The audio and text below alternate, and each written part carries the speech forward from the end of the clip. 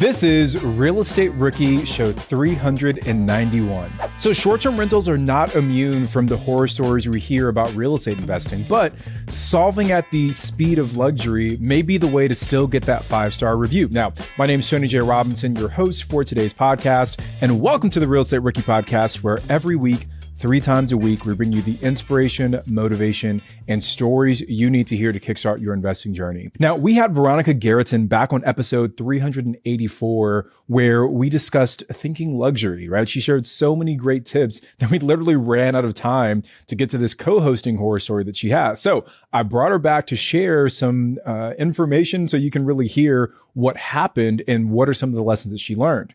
Now, Veronica has also been able to create her own real estate business without actually having to own more real estate. And we'll find out more about what she's doing there and where she sees the opportunities this year. So Veronica, welcome back to the Real Estate Rookie Podcast. Thank you, Tony. Happy to be back. I'm excited to share this with you because it's quite the story. Yeah, you got some big shoes to fill. Your first episode was pretty good. So we gotta top this one.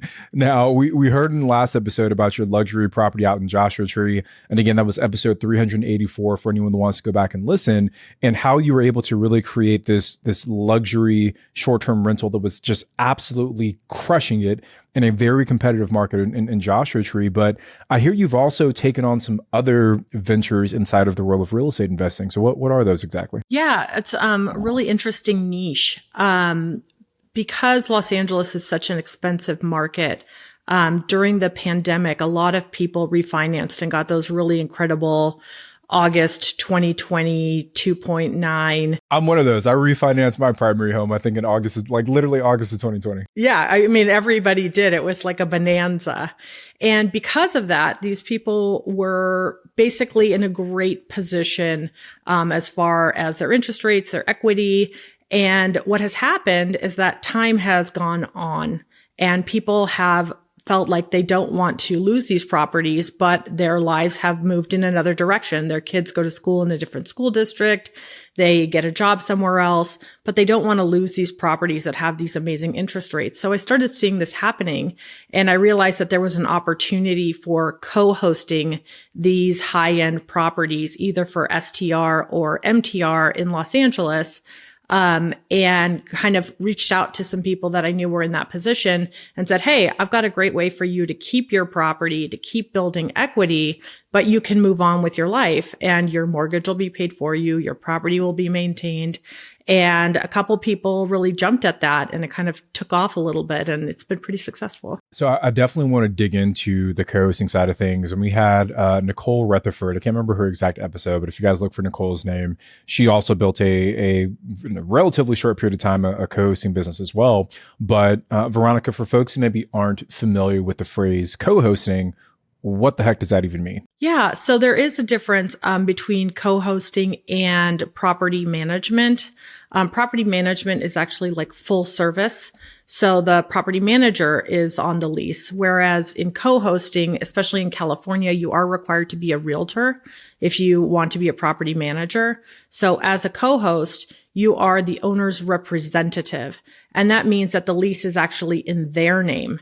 It's not you who's writing the lease, it's their lease, and you are helping them execute it and maintain the property. So that's a pretty critical difference. Gotcha. But in a nutshell, you're providing services to the owner to help them facilitate the inflow and outflow of people who are staying at their property. Absolutely. I'm doing the vetting. I am doing the move-ins. I am meeting all of the people. I'm helping with the rent collection, all the parts, anything that has to do with maintenance. So all of those things. And I think the critical thing to keep in mind here is that if you are already self-managing your own property, it is not that much work to manage 5 more properties because you're already on call 24 hours a day for yourself and nobody gets calls 24 hours a day. So it really doesn't add up to that much more work. Now, I definitely want to get into how you're actually sourcing these leads in these different cities. But first, you mentioned some phrases, Veronica, that I think are probably more so associated with long-term than they are with short-term. You mentioned leases, you mentioned move-in and move-outs. So I guess what is the average length of stay for folks that are, staying at these properties you're co-hosting? Are you getting a lot of shorter term that are, 2 to 3 days, or are you getting people staying for months at a time? So I had one property initially where I started doing short-term rentals. So that was like your typical Airbnb, people staying for the weekend. It was relatively close to SoFi Stadium. So people are coming in for football weekends, and those were pretty quick turnarounds. But actually, just in the last month, Los Angeles just passed a law that unincorporated areas have to go to 30-day stays. So all of that is going to be changing pretty quickly here. But it wasn't an issue for me because I was also doing midterm rentals for these properties. So for some of them, we're doing 3, 5, 6, 9-month stays.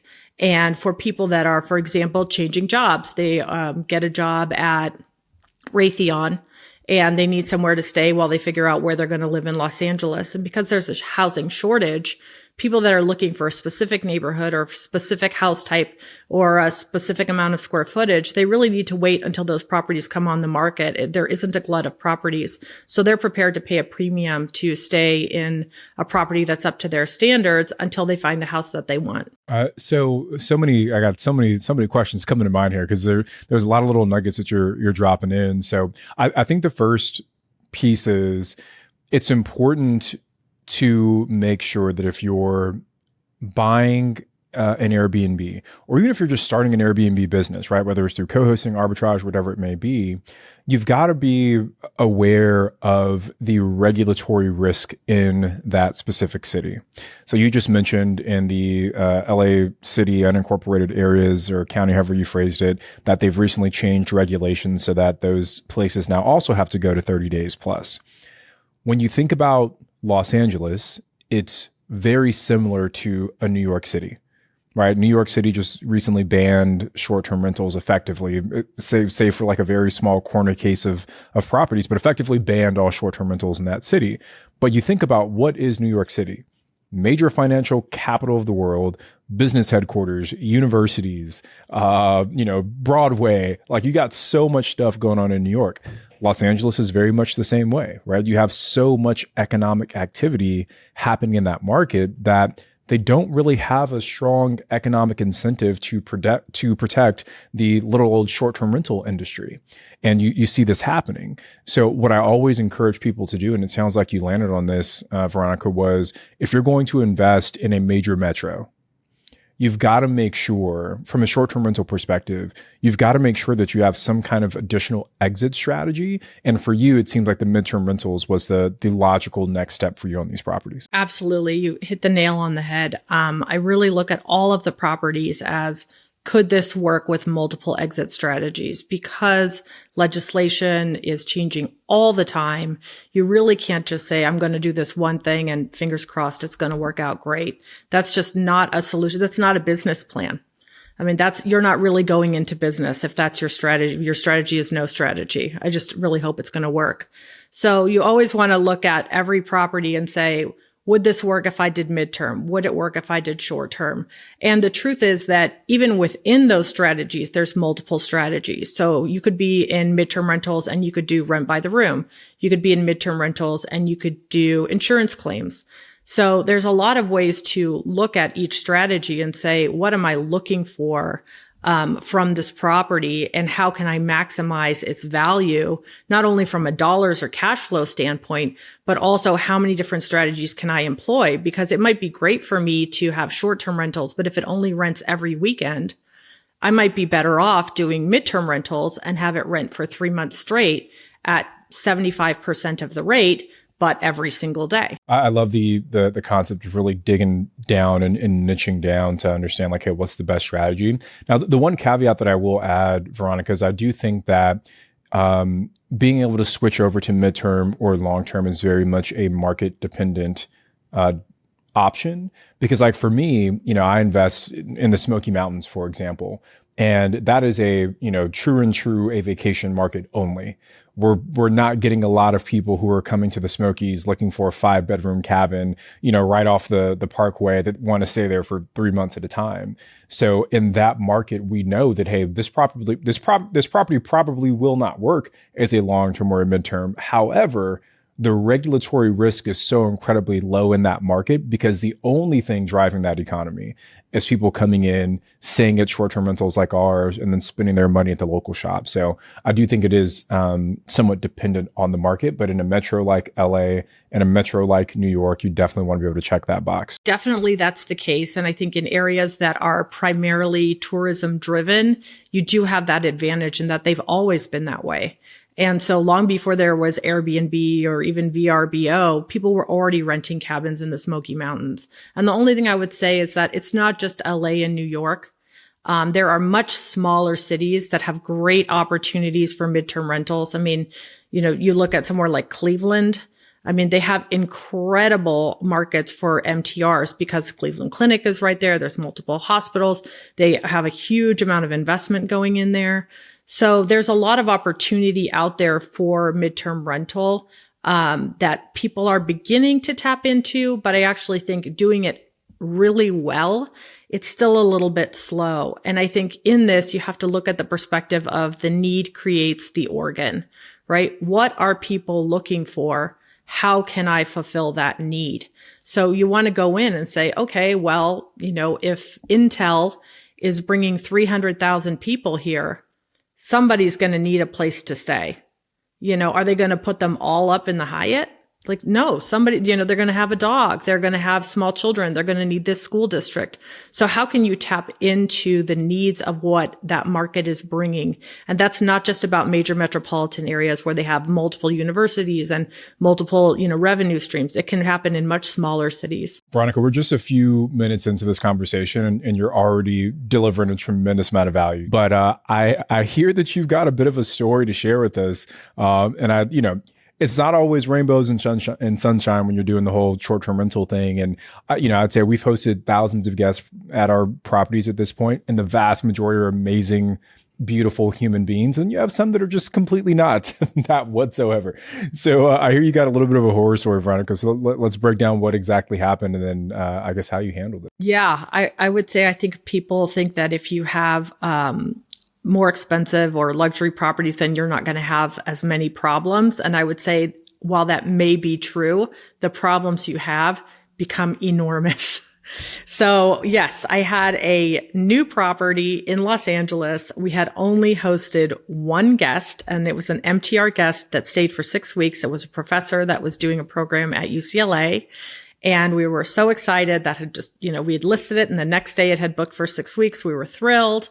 And once they left, we had another guest lined up perfectly, vetted them, 21 5-star reviews, no red flags, but it was a new property. So we were still kind of working out some of the kinks as far as like, how are we going to do things? What are some of our protocols? Because I think once you start hosting guests, you start figuring out what you need to be doing or what's not being done correctly, whether it's cleaning or maintenance or the emails that you send out. What are the things that are coming up that are an issue? And at the very beginning, you're still kind of working on those. As you start hosting people, they kind of start telling you where the holes are.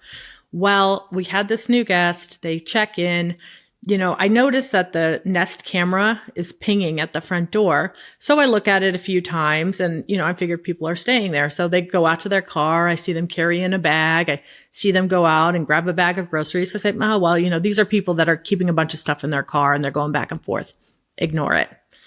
The next day, I'm actually attending the Real Estate Robinsons conference in Newport Beach. And it was 30 minutes into the beginning of the conference, and I get a call from my cleaner. And my cleaner says, hey, these people left. There's a little bit of an issue. There's a pillow on the roof. Some of the furniture's been moved, and the house is pretty dirty. And I'm like, well, some people get a little wild on vacation. No big deal. No problem. Thanks so much. Let's make sure it's nice and tidy. We'll send the guests a note saying, hey, we were able to get the pillow off the roof. And no big deal. I just got to say, that's a new one for me. I've heard a lot of stories, but I haven't heard of the pillows ending up on the roof. So that just kind of shows where the story is headed. Okay, continue, please. And I mean, I had already been hosting for 4 years, so very few things kind of rattle me. So I thought, well, things happen. A kid was playing and, you just try to think the best of people. So I'm sitting at the conference and about 30 minutes later, the new guests are checking in. And it's this little family from Boston. They're arriving with their baby. And my phone, I immediately get a message. Then I get a phone call and I'm like, this is strange. So I step out, I answer the phone, and the guest tells me that they opened the shade on the front window. This is a mid-century house from 1952. All the glass in the house is original, and the front window is 12 feet by 9 feet of non-tempered glass. And they opened the shade that had been down, and the glass was broken. The entire window was shattered. So I'm like, okay, now it's time for go mode.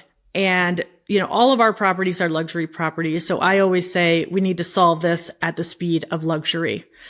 I told the guest, hey, I am on my way.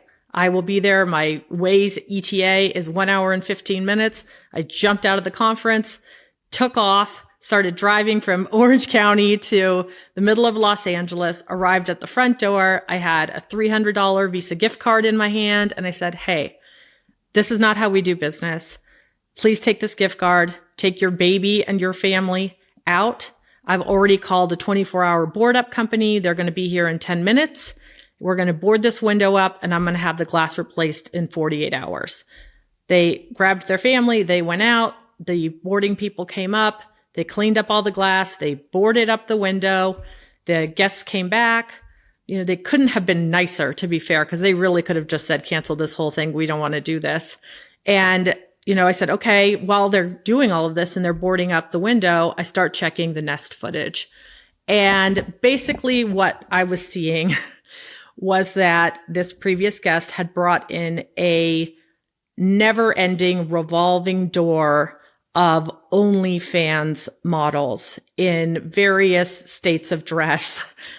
So as that Nest camera was pinging, I was seeing all kinds of not suitable for work content happening. And we don't have any internal cameras, so I think I was spared the worst of it. But we do have one that faces the pool. We do have one that faces the yard. The people arriving at the front door were eye-popping. And I'm the last one to tell someone how to make $1, but these are not people that I have encountered in my professional life. So it was really, really scary. And we immediately reached out to that guest and said, hey, you broke this window. They denied it. And we said, well, there's no question that you did.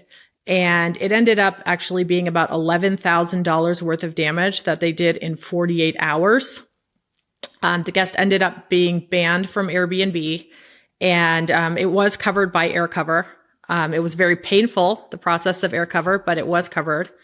And we were able to get the glass in. And I think the critical thing here is that being that this was only our second guest, my relationship as a co-host was at risk. Then the relationship with the guest was at risk. And neither one of those relationships suffered at all. The guest ended up leaving a 5-star review and has stayed with us again since, said, you handled that so well. We know that we were being taken care of. You showed up in person. You were there every step of the way. We knew what was going to happen and when. We felt safe. And the hosts said, oh, yeah, you took care of it. Great. Thank you. Like if nothing had happened. So, I think that's the critical part here is no matter how salacious the details, it's really about stepping in and just saying, hey, when things are not right, they're not right. And my job is to work with you to take care of it. The guest is not against you. You are their ally in any problem solving, and treating it that way, following the golden rule and saying, how would I want to be treated? Almost always garners really good results. And things are going to go wrong. So it's really not about how making sure everything is perfect. It's about stepping in when things are wrong and really problem solving. So many things to pull out of that story. I definitely want to get into, because here's, I think, the challenge for someone that's doing any sort of co-hosting / property management is that you are accountable to both parties. You're accountable to the guest to try and get a 5-star review and make sure they have a good experience. You're accountable to the owner to make sure that they feel happy. So a lot of times you're juggling the desires of two disparate parties. But before I get into how you kind of navigate it with the owner, I just want to talk about the camera piece first, because I think that is such an important thing for short-term rental hosts and co-hosts to have, is security cameras on their properties. Now, Airbnb did just come out, I think it was like yesterday, maybe the day before, with an update to their camera policy to where you can't have any internal security cameras. Before you could, just in common areas like the living room and the kitchen, but no bedrooms or bathrooms or sleeping areas. But now there's no internal cameras whatsoever. But you are still allowed to have exterior security cameras as long as those locations are disclosed and they're not pointing towards like outdoor showers or saunas or things of that nature. We've definitely gotten saved by our exterior security cameras. We had a guest check in, Veronica, and as soon as they checked in, maybe like 45 minutes later, after they checked in, they said, "Hey, we're out of toilet paper, paper towels, and all the towels." This was 45 minutes into them checking in. And we were like, well, that's weird. So we pull up the cameras, and the first thing we see is these it was a man and a woman. We had 2 security cameras, one in the front, one in the back. They got out of their car, grabbed a blanket, walked up to the front security camera, covered it with the blanket, walked around to the back security camera, and then covered it with the blanket as well. Anyway, it turns out it ends up being this person that we have to get physically removed from the property by calling the cops. But had we not had that camera footage, we wouldn't have been able to been like tipped off that something funky was going on there. So kudos to you for having the cameras on the property and then leveraging that footage to, obviously you weren't able to prevent it from happening, but at least on the back end, you had some evidence to point to say like, hey, our house rules were very clearly violated by this guest. Actually, it is the cameras that saved us. So we had a camera on the garage that faced the driveway, and it happened to show those glass panel windows in the shot. And because of that, I had to watch an unbelievable amount of hours of security footage of people shooting OnlyFans content. But that camera did catch a person leaning back in an Eames chair, like those loungers, leaning back like this, and the back of the door hits the glass, and you see the glass crack. And then, in the most damning of steps, you see a person come and grab the shade and pull it all the way down. So there was no question that this is what had happened. But again, I think people think exterior cameras, well, that means I can't know what's happening. And agreed, not every house has giant glass windows, but it doesn't mean that you can't have a sense of what's going on inside. If you think of like that scene in Home Alone, where he has like the fake Christmas party with all the dummies, you can see a lot just by having access to the exterior of your property. And that's not about violating people's privacy. In fact, I was so aware of people's privacy that I didn't check the camera as much as I should have. But I think that when things happen, it's worthwhile to have a really good timeline that is, independently verifiable of how things happen. I want to touch on how you actually communicated with the owner during this entire process. But one last thought on the cameras before we move on to that. I know I have some folks that I know in this space who, a lot of my arbitrage friends who have like a lot of smaller units, but they actually have like a VA who's specifically only hired to review their camera footage. So they're literally just sitting there all day, and their only job is to look for, house rules violations. I got 2 other questions to follow up on this story, Veronica, before we keep moving. First is, what did your communication with the owner look like during this process? Because I do think for a lot of people that maybe think about getting into co-hosting, part of the challenge is like, well, I don't know if I want to be responsible to someone else's property. So, from the moment you got the call saying like, hey, the window's shattered, what kind of dialogue was that like between you and the owner? Yeah. So I think a lot of people's first impetus is, I need to tell the owner right away. And my theory is that's not why you were hired. Your job is not to make your problem their problem. It's your problem. So what I did was I waited till I got to the property. I understood the scope of the problem, and I had already stepped in with the first steps of a solution. Part of that is that in my co-hosting contract, I say that I have the authority, they agree and sign, that I have the authority in an emergency to make decisions and notify them as needed. And I think that that's critically important in an emergency. This is not, hey, can I buy a new toaster? This is someone shattered the front window and we have people staying here. And so I waited until I was at the property. I had the photographs. They were coming to board it up. And I said, hey, we have a situation. The previous guests broke the front window. I'm reviewing the footage now. They're on their way to board up the glass. And I have, new glass is going to be here within 48 hours. I'm documenting the whole process and we've started an air cover request. I don't need anything from you right now. I'm just making you aware of the situation. The guest is okay. I gave them this gift card and we're going to have it all solved within 48 hours. That's the job they pay me for. Everybody has great customer service when nothing goes wrong. It's who you are and how you step in when there's a problem. That's the actual customer service. And you mentioned air cover a few times, Veronica. What is that for folks who maybe aren't familiar with that? Because I do think maybe a bit of hesitation from new investors who are thinking about investing in Airbnbs is the exact horror story that you just painted out. Is like someone comes in, causes an immense amount of damage to your property, and then you're stuck footing the bill. So what is air cover and how did it aid you in this process? Yeah, I think that the nightmare guest is the clogged toilet of long-term rentals. It's like, well, what will you do if there is a horrible guest? So air cover is the insurance that Airbnb provides when you rent on their platform. And everybody, I think it was like in the New York Times, the story about this guy in the hills in Hollywood who had this guest stay and then they ended up staying for like 3 years. Well, they went off platform. That's why that happened.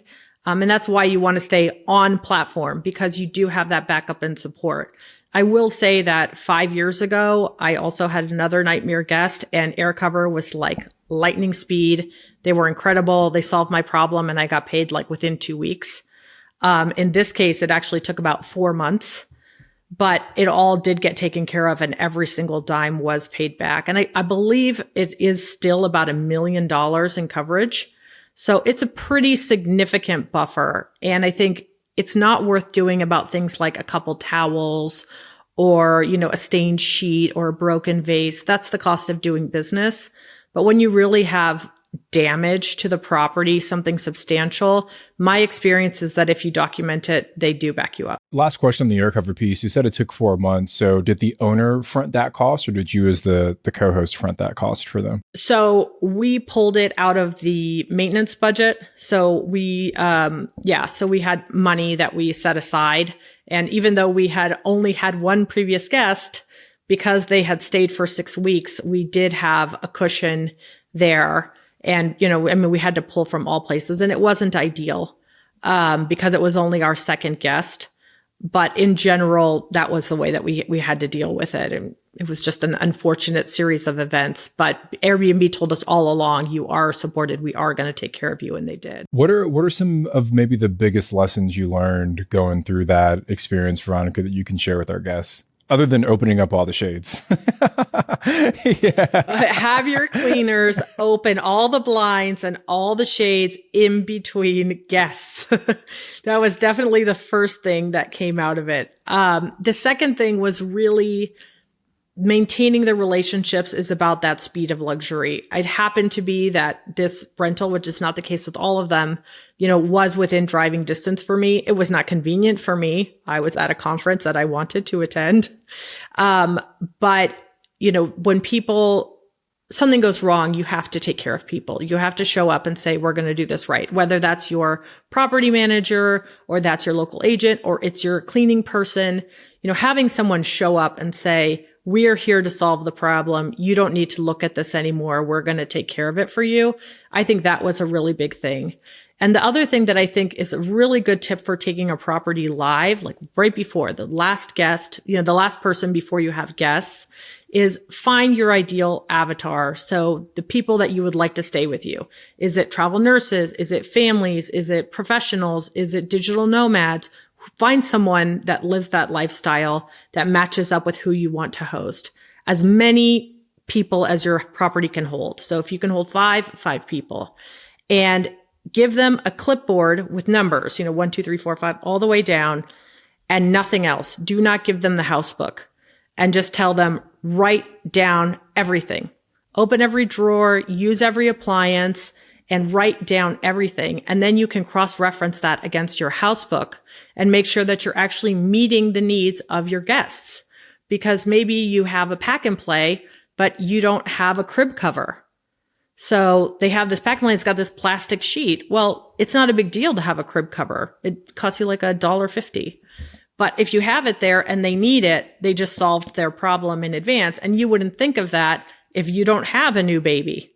Oh, I'm going to need a crib cover. So they're going to come up with all these little details that maybe you are missing because you are not your ideal guest. You've thought of everything you can think of, but that doesn't, a travel nurse might say, oh man, the shades are not really blackout shades and I work the night shift. Well, it takes nothing to change those curtains, but that might be the difference between a 3-star and a 5-star review. And when you're getting started, those reviews make all the difference. You want to absolutely be able to meet your client where they're at, and you want to have the best possible house book that you can. So by not giving them a lot of parameters and you just say, write everything down, people love to be given open-ended critical options. They're saying, be tough on me. They're like, okay, I'm going to be tough on you.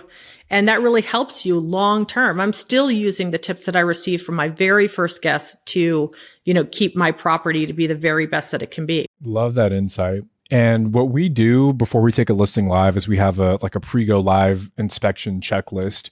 And we have one of our property inspectors go through and they're just like, literally testing every single outlet. They're checking the burners. They're making sure the ice maker works. They're running the dishwasher for a cycle. They're opening and closing all the windows to make sure they work. So, and this is something we built over time based on some of that feedback that we got when a guest first checked into the property. And we're like, man, I guess we didn't check to see if that top right burner was actually working, But when you walk through that process, you're able to identify those things. Veronica, how many properties are you currently co-hosting, and are they all luxury? I am co-hosting 5, about to be 6. And then I also host my own property, and 2 of them are luxury. And then the rest are high end, but smaller units. So one is like a pretty lovely, but just a 1-bedroom loft. And then the other ones are maybe the equivalent of like high end hotel rooms, but they're in incredible locations. They're about a block from the sand. So they still price out and act like luxury, but they don't qualify as luxury properties. How did you find your first client? Because obviously you have your property in Josh Tree, which did incredibly well. I'm sure that served as a good resume. But when you said, okay, I want to do this co-hosting thing, and I want our rookies to understand, like, how can they maybe branch out into this field if they want to? So how did you source that very first client? So actually, speaking of finding your avatar and having them stay with you, my avatar family that I asked to come and stay at Rockbound the very first time and do this, clipboard for me, loved it. And they actually were the ones that ended up reaching out to me a couple of years later and saying, hey, we're going to end up moving. We built a new house, but we don't want to lose our house. Could you make it an Airbnb? And that's actually how that first one got started. And then from there, it's been a little bit of word of mouth. But my most recent client, I actually got from Facebook. I'm in like a Mothers of Los Angeles, which you can imagine the chaos of that. I'm in a Mothers of Los Angeles Facebook group, and someone posted, hey, we're going to be, out of town for multiple months. Is there like a service where somebody just kind of takes care of your house and makes sure it doesn't get broken into and that, you don't have a flood or anything like that? And so I just posted, hey, not exactly that, but this is what I do, because I could see that they were in Manhattan Beach, which is it's like one of the richest zip codes in the United States. I said, but this is what I do. I do, luxury midterm rentals. And, you can see these are some of the properties I work with. And I actually had 3 different people reach out to me via that and say, I'm really interested in this. And then of those 3, one of them is going to become the 6th property coming up. So you just never know where they're going to come from. Yeah, but I've heard that Facebook group strategy is like from so many different people that I know that do co-hosting, and it's just a really consistent way to get business. Man, so much good information here, Veronica. And I feel like I'm always learning a lot when we have these conversations. We talked a little bit about like your tips for taking the listing live with that checklist that you give people.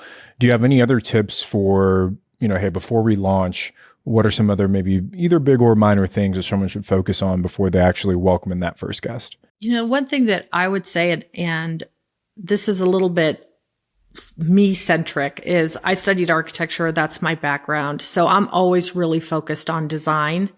And I think that it's very easy to get caught up in trends. Everybody wants a, tropical wallpaper, or, everybody wants, that certain chair or things like that. But the truth is you actually want to be ahead of trends. So I don't really look at what other Airbnbs are looking at, like in my area. What I try to look at is tastemakers. So I'm not looking at what is going on right now. I'm looking at what's coming. So like if you watch, and this is like a weird one, but like if you watch all of the fashion shows for New York Fashion Week or for Paris Fashion Week, those are all the colors that are coming. I mean, I could have told you the Pantone color of the year, the last 4 years, by watching, the spring 2024 runway walks. So it's not really about looking at what's going on with wallpaper or what's going on with accent walls or what's going on with bedding. It's about looking at what are the colors, what are the shapes, are people liking bigger and puffier things? Are they liking shiny things? Are they liking more golds or more silvers? And just getting a feel for what's coming down the line. Because if you look at like the mustard yellow couch that, or chair that's in everybody's house now, well, if you go back 2 years, you'll see it on every runway. So keeping an eye on what tastemakers are looking at, what editors of magazines are looking at, and kind of that'll help you stay ahead of what's coming in design, as opposed to kind of doing what's right now, which you're the new kid to the game. The people that did that successfully are 6 months, 12 months, 18 months ahead of you. And you're just copying what they're doing, but you're already behind. And where that is really bad for you is it means you're going to have to remodel and update to not look dated relatively quickly. So I would say you want to forecast style before it hits the mainstream. And the longer that design language is relevant, the less you're going to have to invest long term to stay current. Another good one is keep the big things neutral. You do not want a banana yellow couch. Okay. No matter how good it looks in the room. So keep the big things neutral and take the accents to be the touchstones to current style. So you could paint a fancy mural or have a trendy color, but pretty soon it's going to be visual cringe. I mean, think like millennial pink, right? There's going to come a moment where it just sort of jumps the shark and you're like, oh, that again? So you don't ever want to be in that position. How could you have integrated millennial pink at that time without doing that? You could have gotten a beautiful vase. You could have had a throw pillow, could have had a chunky blanket, and you sprinkle that color into your space that pops in pictures, that speaks of the moment, but that you can swap out easily without changing the major price tag items that are in your house. And that way, when trends change, you can easily adapt without bringing in significant cost. One of my favorites is bookends. You put them on the shelf, you get a geode, a little rainbow made out of ceramic, whatever is going on in the trend of the moment. And those are easy to swap out. They're portable. A cleaner could move it for you. And if they get moved around the house, it still makes sense. So that's an easy one where you can bring in whatever the trend of the moment is without really putting a big financial burden on adopting that trend. I've never heard of millennial pink, so I just had to Google that to see what exactly that was. So there you go. I learned something new right now. But did you recognize it though? I did. I feel like I've definitely seen it in a lot of different, especially like the more kind of funky short-term rental designs. So Veronica, you've dropped a lot of knowledge on this call, and I will say I think you've maybe even surpassed our last episode with the knowledge bombs we dropped here. But I think the last question I have for you is just when you look at 2024, what are you seeing as the opportunities for someone that's just getting started today? I think that as far as my market, like Los Angeles, because we do have these new rules coming down that short-term rentals are going to need to go to midterm rental. I think a lot of people are either going to drop out of short-term rental or they're going to be looking at people that can facilitate midterm rental. So people that are able to furnish a property, people that are able to vet guests, people that are able to, liaison with insurance companies. All of those are going to be roles that need to be filled. So I think for Los Angeles specifically, I think that's probably the next opportunity. I think what I'm looking at outside of Los Angeles, I am working with a partner in St. Louis to develop a little bit higher end midterm rentals for travel nurses. And this is like the tried and true midterm rental customer avatar. But during the pandemic, I hosted like a raffle at Rockbound, and we said, send us any person that is a first responder, a frontline worker, and we're going to raffle off a stay. And so we did that, and we had thousands of people reach out, and we didn't take anybody's email. They didn't go in a database. We didn't do anything. This was like a pandemic, just do good for others type feeling thing. And what I learned from that experience was that taking care of the people that take care of us should be what it is. It should be what our goal is. And I think that these nurses, especially travel nurses, they really take on the hard cases. And if that's the person who's taking care of my child or my grandmother or me, I really want them to go home and feel great when they wake up in the morning. So I think the idea of taking care of them. So I have a bunch of ideas about kind of elevating that experience, not necessarily the price tag, but really thinking about what is it that these travel nurses actually need to be supported in the job that they do. It's not just a bed and a pillow. They're not staying for a day or a week.